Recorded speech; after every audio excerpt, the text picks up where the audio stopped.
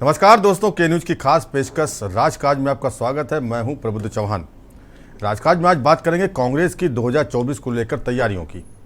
कांग्रेस ने यूपी में अध्यक्ष पद पर बृजलाल खाबरी को हटाकर अजय राय को बैठाया है। अब देखने वाली बात यह होगी कि 24 की डगर में राय कितने कारगर होंगे। कांग्रेस 24 के आम चुनाव को लेकर बीजेपी की तरह ही नई रणनीति में काम कर रही है और इसीलिए निचले स्तर पर संगठन को मजबूत करने में जुटी है। उत्तर प्रदेश में विपक्ष के इंडिया गठबंधन को लेकर चर्चाएं आम हैं। यूपी के प्रमुख विपक्षी दल समाजवादी पार्टी इस गठबंधन का हिस्सा है। उनकी सहयोगी पार्टी राष्ट्रीय लोकदल भी इसमें शामिल है। कांग्रेस भी धीरे धीरे इस गठबंधन को मजबूत करने की कोशिश में लगी हुई है। घोसी विधानसभा उपचुनाव में कांग्रेस ने समाजवादी पार्टी के प्रत्याशी सुधाकर सिंह को समर्थन दे दिया है। ये उपचुनाव इंडिया गठबंधन का लिटमस टेस्ट माना जा रहा था। हालांकि इस चुनाव के परिणाम को लेकर चुनाव पर ज्यादा असर नहीं पड़ने वाला था, लेकिन सांकेतिक तौर पर विपक्षी गठबंधन यहां जीत के साथ मनोवैज्ञानिक बढ़त लेने की कोशिश में था। भाजपा भी पूरा जोर लगा रही थी। बहरहाल आप बात लोकसभा चुनाव की करें तो इंडिया गठबंधन से किस पार्टी को कौन सी सीट मिलेगी, इस पर चर्चाएं सबसे ज्यादा हो रही हैं। माना जा रहा है कि कांग्रेस पार्टी उन 21 लोकसभा सीटों पर सबसे ज्यादा जोर लगाएगी जिन पर उसने 2009 के चुनाव में परचम लहराया था, लेकिन जमीनी हकीकत कुछ और ही बयां कर रही है। 14 साल में यूपी में कांग्रेस की हालत इस कदर खराब हो गई कि कई जगह उसके पास प्रत्याशी तक के लाले बढ़े। कांग्रेस का अमेठी किला भी भाजपा की स्मृति ईरानी ध्वस्त कर चुकी है। उन 21 में से 18 सीटों पर भगवा फहरा रहा है। अकेले रायबरेली के लिए भी चुनौती कड़ी हो रही है। 2009 के चुनाव में कांग्रेस ने जिन सीटों पर जीत दर्ज की थी उनमें अकबरपुर, अमेठी, रायबरेली, बहराइच, बाराबंकी, बरेली, धौरहरा, डुमरियागंज, फैजाबाद, फरुखाबाद, गोंडा, झांसी, कानपुर खीरी, श्रीनगर, महाराजगंज, मुरादाबाद, प्रतापगढ़, श्रावस्ती, सुल्तानपुर और उन्नाव प्रमुख थे।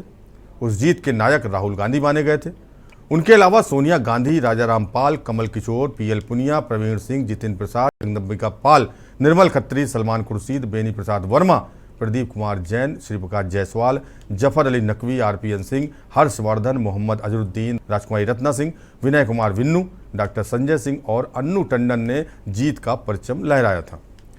लेकिन 2009 के बाद कांग्रेस का ग्राफ तेजी से गिरा। पार्टी में प्रयोग तमाम हुए, लेकिन धीरे धीरे इसके पुराने नेता या तो दूसरी पार्टी में चले गए या उम्र के साथ राजनीति से ही दूर हो गए। जगदम्बिका पाल, जितिन प्रसाद, आरपीएन सिंह और डॉक्टर संजय सिंह अब भाजपा में जा चुके हैं। अन्नू टंडन समाजवादी हो चुकी हैं। 2014 के बाद इन 21 में से ज़्यादा सीटों पर भाजपा ने भगवा फहरा रखा है। 2019 में राहुल गांधी अमेठी हार चुके हैं। प्रवीण सिंह की बरेली संतोष गंगवार की हो चुकी है। धौरहरा रेखा वर्मा के पास है। जगदम्बिका पाल अभी भी डुमरियागंज से सांसद है, लेकिन उनकी पार्टी भाजपा है। इसी तरह श्रीप्रकाश जायसवाल की कानपुर सीट पर अब सत्यदेव पचौरी सांसद हैं। समाजवादी पार्टी के एसटी हसन मुरादाबाद सीट कांग्रेस से छीन चुके हैं। इसी तरह से श्रावस्ती भी अब बसपा के राम शिरोमणि के खाते में है। इन सीटों की ताजा स्थिति पर नजर डालें तो कांग्रेस रायबरेली में और अमेठी में ही दिखती है। बाकी जगह भाजपा को या तो सपा से या बसपा से चुनौती मिलती है। बसपा सुप्रीमो ने ऐलान कर दिया था कि वो अकेले चुनाव लड़ेंगी। ऐसे में सवाल ये उठता है कि कांग्रेस क्या इंडिया गठबंधन के तहत समाजवादी पार्टी से ये सीटें ले पाएगी। दूसरा, अगर सीट ले भी लेती है तो क्या कांग्रेस, सपा, रालोद मिलकर बसपा को चुनौती को पीछे कर भाजपा से सीट जीत पाएंगे। बहरहाल कांग्रेस ने अजय राय को नया यूपी कांग्रेस कमेटी का अध्यक्ष बनाया है। पार्टी नए जोश के साथ लोकसभा चुनाव मैदान में उतरने की तैयारी में है। अब देखना होगा कि अजय राय इतने कम समय में कैसे उत्तर प्रदेश में बिखर चुके कांग्रेस के संगठन को दुरुस्त करते हैं और चुनाव में जोर लगाते हैं। कांग्रेस पार्टी की उत्तर प्रदेश इकाई ने 2024 के मद्देनजर पिछड़े वर्ग को साधने की नई रणनीति बनाई है। कांग्रेस पार्टी इसके लिए जिलेवार पिछड़ा वर्ग सम्मेलन शुरू कर रही है। कांग्रेस के यूपी प्रदेश अध्यक्ष अजय राय अपने हाथों में कमान संभालने के बाद लगातार कांग्रेस पार्टी को मजबूत बनाने की रणनीति तैयार कर रहे हैं। कांग्रेस पार्टी ने अब पिछड़ों पर फोकस बढ़ाने का काम शुरू कर दिया है। इसे लेकर कांग्रेस की ओर से रणनीति बनाई गई है। इस रणनीति के तहत कांग्रेस की ओर से जिला मंडल से लेकर जिला स्तर तक पिछड़ा वर्ग सम्मेलन शुरू करने का फैसला लिया गया। कांग्रेस को इन पिछड़ा वर्ग सम्मेलन में पिछड़ा वर्ग का हितैषी बताने की रणनीति बनाई गई। इसी कार्यक्रम के तहत जिन राज्यों में कांग्रेस की सरकार है और वहां पिछड़ों को लेकर जो भी काम कांग्रेस की सरकारों की ओर से किए गए हैं, इन सभी की सूची मंगाई गई है और इस पिछड़ा वर्ग सम्मेलन में उन तमाम कामों को लोगों को बताया जाएगा इस पूरे कार्य की जिम्मेदारी पिछड़ा वर्ग विभाग को सौंपी गई है। फिलहाल उत्तर प्रदेश कांग्रेस के पिछड़ा वर्ग के अध्यक्ष मनोज यादव को इसकी जिम्मेदारी दी गई है। इस कार्यक्रम के तहत 28 सितंबर को मेरठ, 1 अक्टूबर को बरेली में मंडलीय सम्मेलन आयोजित किया गया। यूपी कांग्रेस के नए अध्यक्ष अजय राय ने अपना कार्यभार ग्रहण करने के बाद रणनीति के तहत जहां पर पहले मंडलीय सम्मेलन हो चुके हैं, वहां पर नए सिरे से जिला स्तरीय सम्मेलन शुरू करने की बात कही थी।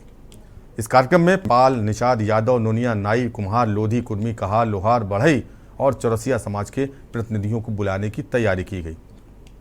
उत्तर प्रदेश में ओबीसी वोट बैंक काफी महत्वपूर्ण है और इसी वोट बैंक को साधने के लिए कांग्रेस पार्टी पिछड़े वर्ग को साधने में जुटी है।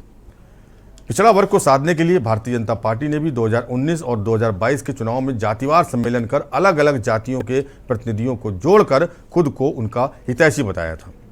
अब कांग्रेस पार्टी भी हर एक जाति तक पहुंचने के लिए ऐसे सम्मेलन करके उस समाज में बीजेपी से नाराज लोगों को अपने साथ जोड़ने की रणनीति बना चुकी है। कांग्रेस पार्टी अलग अलग राज्यों में अपनी सरकार की ओर से पिछड़ों के लिए किए गए कामों को आधार बनाकर उनको अपने साथ लाने की कोशिश करेगी। अजय राय ने यूपी कांग्रेस प्रदेश अध्यक्ष पद संभालने के साथ ही लोकसभा चुनाव 2024 की तैयारियां तेज कर दी है। कांग्रेस यूपी की लोकसभा सीटों को जीतने के लिए रणनीति तैयार कर रही है। इसी के साथ अजय राय ने विधानसभा चुनाव 2027 में कांग्रेस की जीत के साथ ही प्रदेश का अगला मुख्यमंत्री कांग्रेस से होगा, इसकी भी भविष्यवाणी कर दी। आने वाले लोकसभा चुनाव में कांग्रेस युवा शक्ति को दिशा देने के लिए अपने वरिष्ठ नेताओं के अनुभवों का भी पूरा लाभ लेने का प्रयास कर रही है। प्रदेश अध्यक्ष अजय राय ने पार्टी मुख्यालय में पूर्व सांसदों और पूर्व विधायकों के साथ विशेष बैठक कर उनके सुझाव लिए थे। बैठक में पूर्व प्रधानमंत्री स्वर्गीय लाल बहादुर शास्त्री के पुत्र और पूर्व सांसद सुनील शास्त्री, वरिष्ठ कांग्रेस नेता सत्या बहन, 95 वर्षीय पूर्व विधायक चंद्रभाल मणि तिवारी समेत अन्य वरिष्ठ नेताओं को सम्मानित भी किया गया था। वरिष्ठ नेताओं ने पदाधिकारियों और कार्यकर्ताओं के बीच समन्वय बढ़ाए जाने पर जोर दिया था। बैठक में कहा गया था कि ब्लॉक और बूथ स्तर पर संगठन को मजबूत करने के लिए लगातार प्रयास किए जाएं। पार्टी मुख्यालय में आयोजित की गई इस बैठक में 50 से अधिक पूर्व सांसद और पूर्व विधायक पहुंचे थे और अपने अनुभवों को साझा किया था। पार्टी के लिए पूरी सक्रियता का भरोसा दिलाया था। बैठक में प्रदेश अध्यक्ष राय ने कहा था कि वरिष्ठ नेताओं के अनुभवों से प्रदेश संगठन को नई ऊर्जा और दिशा मिलेगी। पार्टी द्वारा लिए जाने वाले निर्णयों की जानकारी सभी वरिष्ठ नेताओं से भी साझा की जाएगी। इस बैठक में प्रमुख रूप से पूर्व सांसद जफर अली नकवी, मोहम्मद मुकीम, बाल किशन चौहान, पूर्व विधायक सुधीर राय, श्याम किशोर शुक्ला, चौधरी रविंद्र प्रताप, अफरोज अली खान, सतीश शर्मा, सोहित अख्तर अंसारी, फूल कुंवर सिंह, मोहम्मद नसीम, सतीश अजमानी, सुरेंद्र सिंह सरसेला, अखिलेश प्रताप सिंह, गणेश दीक्षित, नेकचंद पांडे, जगजीत नारायण शर्मा, अंबिका सिंह, भूधर नारायण मिश्रा, डॉक्टर महमूद अहमद, अनूप पांडे, श्यामलाल रावत व अन्य ने अपने अनुभव साझा किए थे। कांग्रेस में शामिल हुए पूर्व मंत्री श्यामलाल रावत, सपा नेता और पूर्व विधायक श्यामलाल रावत समेत कई ने कांग्रेस की सदस्यता भी ग्रहण की थी। सीतापुर निवासी पूर्व विधायक श्यामलाल रावत सपा सरकार में मंत्री रह चुके हैं। इसके अलावा प्रदेश अध्यक्ष अजय राय ने पूर्व मंत्री रावत, सिद्धार्थनगर निवासी सामाजिक कार्यकर्ता फकरे आलम, सपा के अधिवक्ता संघ के पूर्व पदाधिकारी इरशाद अली, अधिवक्ता प्रखर राय, पीस पार्टी के पूर्व जिला अध्यक्ष जहीर आलम के अलावा वकील अहमद मुन्नू, इश्तियाक चौधरी और अन्य को कांग्रेस की सदस्यता ग्रहण कराई थी। राय ने पूरी यूपी की कमान संभालते ही सबसे पहले अमेठी पहुंचकर अपने तेवर दिखाए थे। उन्होंने यहां बीजेपी के अत्याचारों को लेकर चेतावनी दी थी और साथ ही चुनावी आगाज भी कर दिया था। क्या कुछ था अंदाज अजय राय का, सुनाते हैं आपको। अमेठी की जनता की डिमांड है कि राहुल जी आकर अमेठी से चुनाव लड़ें और वही बात अब यहाँ हमारे कार्यकर्ता आए हैं और आप अमेठी की जनता से आप ये देख लीजिए कि 40 साल से कांग्रेस के सांसद अमेठी में रहे जी से लेकर राहुल जी से लेकर और हमारे आदरणीय राजीव गांधी से लेकर संजय जाटी तक सब लोग कांग्रेस के सांसद थे। कभी किसी के साथ कोई मारपीट हुई हो या कभी किसी कार्यकर्ता को जो विपक्ष के लोग रहे उनको मारा पीटा गया हो? स्मृति ईरानी जी यहाँ पर सांसद हैं, हमारे कार्यकर्ताओं को मारा जा रहा है। हमारे कार्यकर्ताओं को SC ST एक्ट में हमारे यूथ कांग्रेस के जिला अध्यक्ष को फर्जी मुकदमा दर्ज किया जा रहा है। ये क्या है? प्रताड़ना की कर जब आएंगी स्मृति ईरानी यहाँ अमेठी में तो हमारे कार्यकर्ताओं घर पुलिस भेज दी जाती है, हमारे कार्यकर्ताओं को बैठा लिया जाता है। ये कांग्रेस 40 साल में यहाँ सांसद थे, इतना प्रधानमंत्री थे यहाँ के लोग, कभी अत्याचार अन्याय इस तरीके का नहीं हुआ। और आप एक तो जनता से झूठ बोलती हो कि कमल का बटन दबाइए और 13 रुपए किलो चीनी ले लीजिए, तो 13 रुपया की चीनी मिली आप लोगों के? बताओ भैया अमेठी के लोग, आप सब लोग 13 रुपए वाली चीनी के झूठ बोलने के लिए, जनता को भ्रमित करने के लिए आप ये कहते हैं। एक एग्जाम्पल मैं दे रहा हूँ, उदाहरण दे रहा हूँ, कितना बोला होगा, नौकरी के लिए बात बोली, कल कारखाने के लिए बात बोली गई, कहाँ है सब बंद होते जा रहे हैं। आप कार्यकर्ताओं को मरवा रहे हैं, पिटवा रहे हैं, धमका रहे हैं, ये नहीं चलने देंगे हम लोग। अब वो ये मैं कहना चाहूंगा, कान खोलकर सुन लें, कांग्रेस के किसी कार्यकर्ता को अगर ये इस तरीके की कार्रवाई करेंगे तो ईंट का जवाब पत्थर से दिया जाएगा। अगले साल होने वाले लोकसभा चुनाव से पहले प्रदेश कांग्रेस अध्यक्ष को बदले जाने के पीछे पार्टी की बड़ी रणनीति है। पार्टी ने प्रयाग प्रांत के प्रांतीय अध्यक्ष अजय राय को नया प्रदेश अध्यक्ष बनाकर भाजपा से नाराज सवर्ण वोट बैंक को साधने का प्रयास किया है। कांग्रेस ने उन्हें लोकसभा चुनाव 2014-2019 में वाराणसी सीट से प्रधानमंत्री नरेंद्र मोदी के खिलाफ उम्मीदवार बनाया था। कांग्रेस ने उन्हें लोकसभा चुनाव 2014 और 19 में वाराणसी सीट से प्रधानमंत्री मोदी के विरुद्ध उम्मीदवार बनाया था। माना जा रहा है कि राय की पूर्वांचल में बेहतर पकड़ के चलते पार्टी को लोकसभा चुनाव में फायदा होगा। राय पहली बार वर्ष 1996 में भाजपा के टिकट पर वाराणसी की कोल असला अब पिंडरा सीट से विधानसभा चुनाव जीते थे। तब उन्होंने 8 बार के विधायक के सीपीआई के कद्दावर नेता ऊदल को हराया था। वो वर्ष 2002 और 2007 में भी भाजपा विधायक रहे। इसके बाद साल 2009 में सपा के टिकट पर लोकसभा चुनाव लड़े। वो 1 दशक से कांग्रेस में हैं। राय ने अपने बड़े भाई अवधेश राय की हत्या के मामले में माफिया मुख्तार अंसारी के खिलाफ लंबी कानूनी लड़ाई लड़ी है और उनकी प्रभावी पैरवी के चलते बीते दिनों मुख्तार को आजीवन कारावास की सजा सुनाई गई थी। पिछले वर्ष विधानसभा चुनाव में खराब प्रदर्शन के बाद पार्टी के प्रदेश अध्यक्ष अजय कुमार लल्लू ने इस्तीफा दे दिया था। इसके बाद 1 अक्टूबर को पूर्व सांसद ब्रजलाल खाबरी को पीसीसी का अध्यक्ष बनाया गया था। खाबरी के 8 अक्टूबर को पदभार संभालने के साथ ही नसीमुद्दीन सिद्दीकी को पश्चिमी प्रांत, नकुल दुबे को अवध, अनिल यादव को ब्रज, वीरेंद्र चौधरी को पूर्वांचल, योगेश दीक्षित को बुंदेलखंड और अजय राय को प्रयाग प्रांत का अध्यक्ष नियुक्त किया गया था। अध्यक्ष बनने के बाद अजय राय ने काशी क्षेत्र से अपने रिश्तों का बखान किया था। साथ ही काशी से कांग्रेस के पुराने नाते को याद दिलाया था। क्या कहा था अजय राय ने, सुनाते हैं आपको भी। हमारे बड़े वरिष्ठ लोग, हमारे लाल बहादुर शास्त्री जी, हमारे पंडित कमलापति त्रिपाठी जी, हमारे श्यामलाल यादव जी, हमारे संपूर्णानंद जी जैसे वरिष्ठ जन, जिन्होंने इस कांग्रेस के लिए, इस देश के लिए अपना पूरा जीवन समर्पित किया, इस राष्ट्र को बनाने में अपना जीवन लगा दिया, अपनी जान की बाजी लगाकर इस देश और राष्ट्र की सेवा की। उस काशी की धरती से हम लोग आते हैं और आपको मैं बताना चाहूंगा, तो जो काशी का जो काशी की जो सोच है, जो काशी का मिजाज है, वही कांग्रेस पार्टी का मिजाज है, वही कांग्रेस की सोच है। क्योंकि सबको, मैं उस काशी से आया हूं जहां पर जो हमारी कांग्रेस की सोच है कि हमारे लिए हिंदू, मुस्लिम, सिख, ईसाई, बौद्ध, जैन सभी धर्म हमारे लिए एक समान है। वहीं गौतम बुद्ध ने 5, केवल सुनने वाले कितने थे गौतम बुद्ध को सारनाथ में? सिर्फ 5 लोग। 5 लोगों से गौतम बुद्ध ने बौद्ध धर्म का प्रचार शुरू किया और आज पूरे दुनिया के कोने कोने में बौद्ध धर्म के लोग, चाइना से लेके, जापान से लेके, कोरिया से लेके और पूरे दुनिया के अंदर छाए हुए। ब्रजलाल खाबरी अपने 10 माह के कार्यकाल में नई प्रदेश कार्यकारिणी गठन भी नहीं कर सके। एक वरिष्ठ कांग्रेस नेता के मुताबिक निकाय चुनाव से पहले नई प्रदेश कार्यकारिणी के गठन को लेकर खाबरी दिल्ली भी गए थे, लेकिन कोई सार्थक निर्णय नहीं हो सका था। पार्टी ने 6 प्रांतीय अध्यक्षों के साथ के माध्यम से जातीय संतुलन साधने का प्रयास तो जरूर किया था, लेकिन उसका ये फार्मूला सफल नहीं हुआ। खाबरी और प्रांतीय अध्यक्षों के लिए लोकसभा चुनाव से पहले सेमीफाइनल माना जाने वाला निकाय चुनाव दमखम दिखाने का पहला मौका था, लेकिन नतीजे पार्टी के लिए बेहद निराशाजनक थे। कांग्रेस के नए अध्यक्ष को लेकर पार्टी के भीतर लगभग 1.5 माह से खींचतान था। नए प्रदेश अध्यक्ष के रूप में अजय राय की दावेदारी मजबूत मानी जा रही है। इस पद के लिए उनके अलावा वरिष्ठ नेता PL पुनिया और कुछ अन्य नेताओं के नाम भी लिए जा रहे थे। पार्टी ने अब 5 अन्य प्रांतीय प्रभारियों को भी पद से हटा दिया है। निकाय चुनाव के दौरान टिकटों के बंटवारे को लेकर पार्टी में असंतोष और अंतर्कलह भी सामने आई थी, जिसके बाद भी भीतरखाने बड़े बदलाव को लेकर चर्चाएं तेज हो गई थी। इस बदलाव के पीछे पार्टी में ताकतवर माने जाने वाले कुछ नेताओं से खबरी के मतभेदों को भी जोड़कर देखा जा रहा है।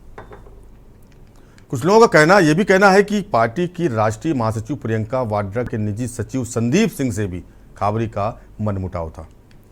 निर्णय को लेकर कुछ कांग्रेसियों का यह भी कहना है कि इस बदलाव से प्रदेश में दलित मुस्लिम गठजोड़ को लेकर शुरू की गई मुहिम को झटका भी लग सकता है। वहीं खबरी का कहना है कि पार्टी जो नया दायित्व सौंपेगी उसका निर्वहन करूंगा।